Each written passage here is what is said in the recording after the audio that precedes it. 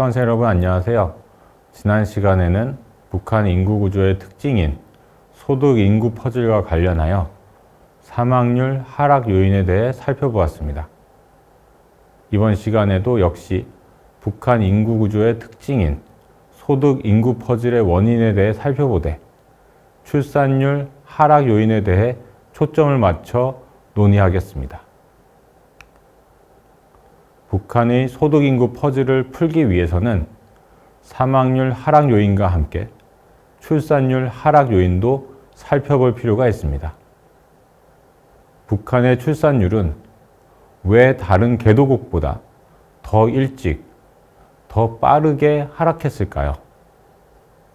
우선 출산율 하락에 영향을 미치는 요인부터 확인해 보겠습니다. 출산율 하락에는 사회경제 발전이 중요한 영향을 미칩니다.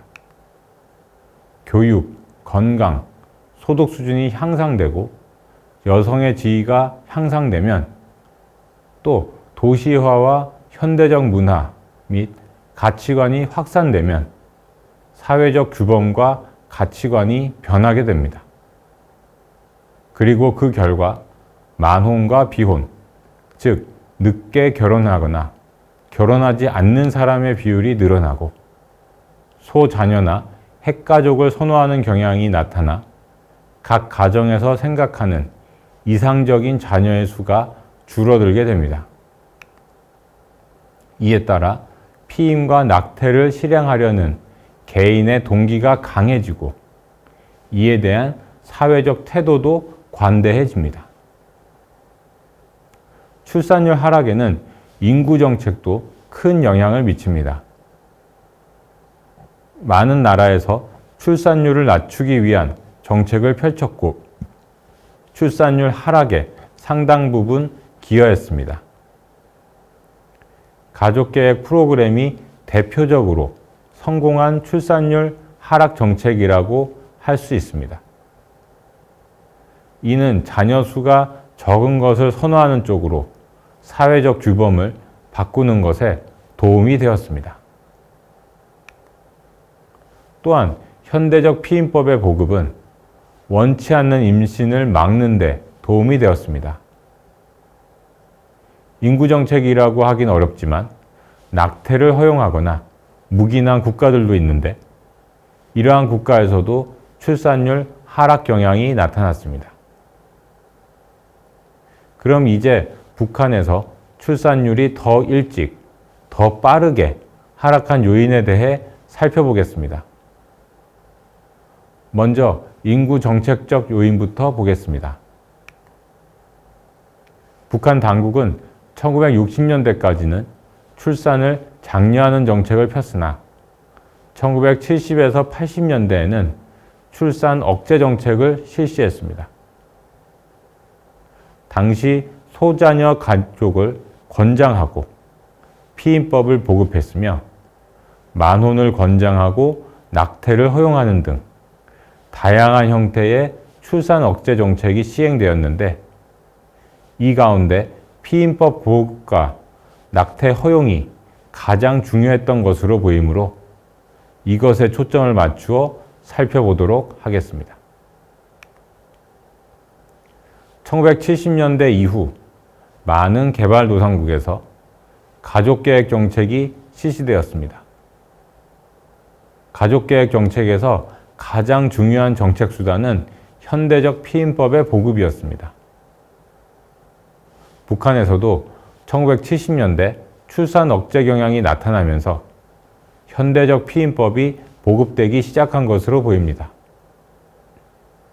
이 그림은 남북한과 주요 개도국들의 1990년 무렵 피임 이용률 조사 결과를 제시해 놓은 것입니다.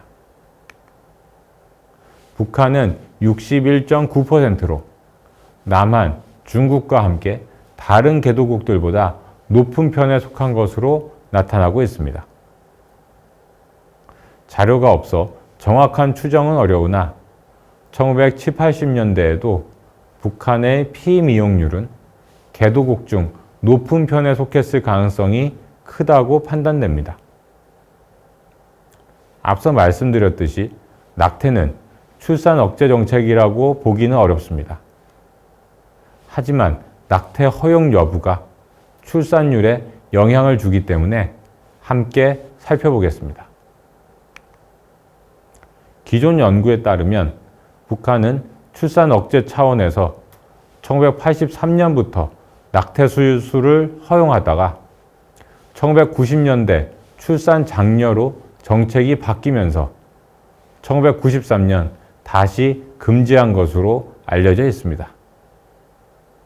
그런데 북한의 인구연구소 홍순원 소장의 증언에 따르면 이미 1970년대 초부터 사회적 요구가 있어 낙태 수술이 시행되었다고 합니다. 이를 뒷받침하는 북한 이탈 주민의 증언도 있어 실제로 1970년대 초부터 낙태 수술이 시행되었을 가능성이 있다고 판단됩니다. 낙태 허용 여부만큼이나 실제 낙태 수술이 얼마나 많이 시행되었는가도 중요한 문제입니다. 이에 대해서도 앞서 피임 보급률과 마찬가지로 1990년대 이후에 대해서만 확인이 가능합니다. 그런데 국제기구에서 조사한 통계를 세계 평균과 비교해 보면 북한의 낙태율은 현저하게 낮은 것으로 나타납니다. 1997에서 2001년 북한의 낙태율은 가임기 여성 1000명당 13.9건인데 세계 평균은 40건 정도입니다. 그 원인으로는 여러 가지를 생각해 볼 수 있습니다.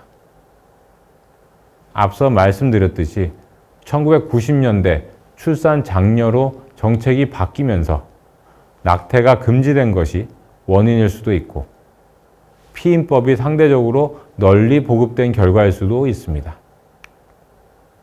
다른 한편으로는 낙태가 금지된 상황이어서 조사 대상 여성들이 정직하게 응답하지 않았기 때문일 수도 있습니다. 그런데 북한 이탈 주민을 대상으로 실시된 한 조사 결과를 보면 낙태율이 훨씬 높게 나옵니다. 다만 이 조사는 표본이 크지 않고 대표성 측면에서도 문제가 있긴 합니다. 정리하면 북한의 낙태율에 대해서는 1990년대 이후 국제기구에서 조사한 결과만 활용 가능한데 이것만을 가지고는 낙태 허용이 1970년대 북한의 출산율이 빠르게 하락하는 데에 어느 정도 기여하는지는 판단하기 어려울 것 같습니다. 앞의 피임법 보급까지 포함해서 보더라도 인구 정책적 요인만으로는 북한의 출산력 변천이 조기에 이루어진 원인을 충분히 설명하기는 어렵다고 판단됩니다. 이번에는 출산력 변천의 사회 경제적 요인에 대해 살펴보겠습니다. 앞서 말씀드린 것처럼 출산율 하락에는 사회 경제의 발전이 중요한 영향을 미칩니다. 교육, 건강, 소득 수준 향상, 여성의 지위 향상 등이 이루어지면 사회적 규범과 가치관이 변하게 되고 그 결과 만혼과 비혼 비율이 늘어나고 초산 연령이 늦어지며 소자녀를 선호하는 경향이 나타나게 됩니다.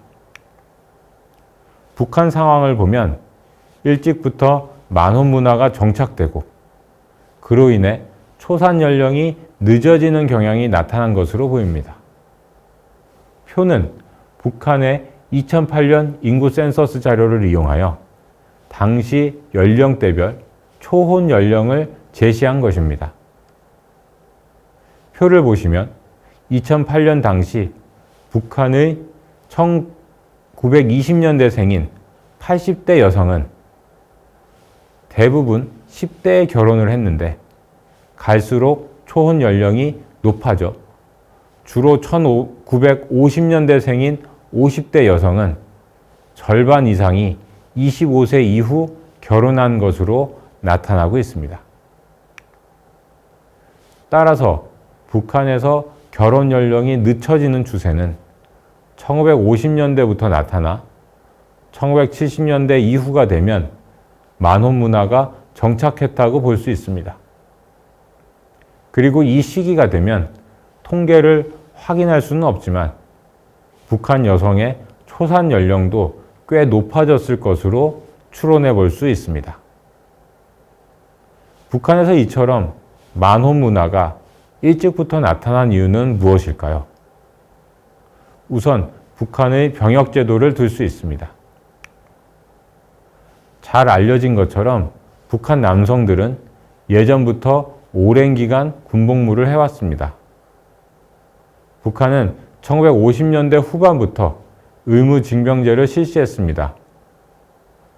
남성의 군 복무 기간은 처음에는 5년 정도였는데 1970년대 후반 7년에서 9년으로 늘어났고 1983년 이후에는 10년을 넘어섰습니다. 또 하나의 요인으로는 여성 노동력의 동원을 들 수 있습니다. 이로 인해 여성의 경제활동이 증가했고 이것이 만혼으로 이어졌다는 것입니다. 단적인 예로 북한은 1970년대 초반 청년, 특히 여성 노동력을 활용하려고 남자는 30세, 여자는 27세 이후에 결혼할 것을 권장하기로 결정한 바 있습니다. 북한이 여성 노동력 동원을 강조한 것은 한국전쟁 이후부터입니다. 많은 남성이 전쟁으로 인해 사망했기에 여성 노동력을 동원할 수밖에 없었습니다.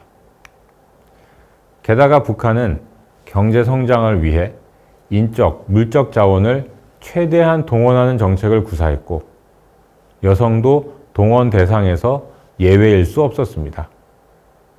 상황이 이렇다 보니 여성들도 직장일과 가사, 병행에 대한 부담으로 인해 결혼을 늦추려 했던 것으로 보입니다.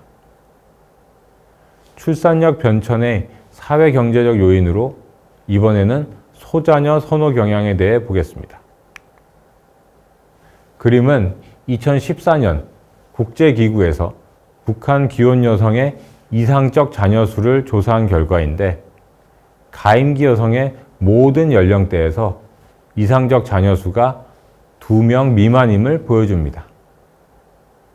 이는 아프리카의 개도국들보다 훨씬 낮은 수준입니다.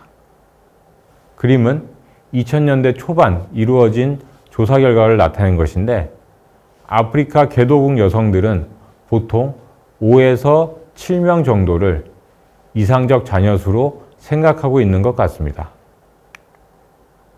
케냐가 가장 적은 4.3명이고 나이지리아는 7.3명에 이르고 있습니다. 참고로 국가명 옆 괄호 안의 숫자는 조사 연도를 나타냅니다.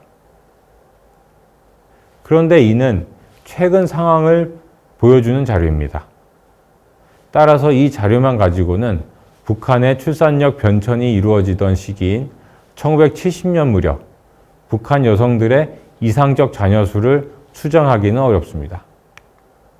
하지만 여러 정황을 놓고 볼 때 당시 북한 여성들의 이상적 자녀 수도 여타 개도국에 비해 상당히 낮았을 가능성이 높다고 판단됩니다. 일단 북한 여성의 교육 수준은 이미 오래전에 대다수의 개도국에 비해 높은 수준에 도달해 있었습니다. 교육 수준이 높아지면 소자녀 선호 경향은 더욱 커지게 됩니다. 2008년 인구 센서스 자료를 보면 당시 여성들의 연령대별 최종 학력을 확인할 수 있습니다. 그런데 2008년 당시 50대였던 1950년대생부터 거의 100% 중등교육을 마친 것으로 나타나고 있습니다. 이는 북한에서는 1960년대에 이미 여성도 대부분 중등교육을 받고 있었음을 의미합니다. 그리고 이들이 1970년대부터 결혼과 출산을 했다고 보면 이 시기부터 소자녀 선호 현상이 보편적으로 나타나고 있었을 가능성이 있습니다. 지금까지 북한의 출산력 변천이 왜 조기에 이루어졌는가에 대해서 인구정책적 요인과 사회경제적 요인으로 나누어 살펴보았습니다. 논의 내용을 정리하면 1970년대 북한에서 조기에 출산력 변천이 나타난 것은 피임법 보급이 이루어지고 낙태가 허용되는 등 출산 억제 정책이 추진되었고, 남성의 장기간에 걸친 군복무, 여성의 경제활동 참가, 여성의 교육 수준 향상 등으로 인해 만혼 경향이 나타나고 소자녀 선호 현상이 보편화되는 등의 변화가 나타난 결과라고 이야기할 수 있겠습니다. 이번 시간에는 출산율 하락 요인에 대해 살펴보았습니다. 다음 시간에는 북한 인구 전망에 대하여 살펴보겠습니다.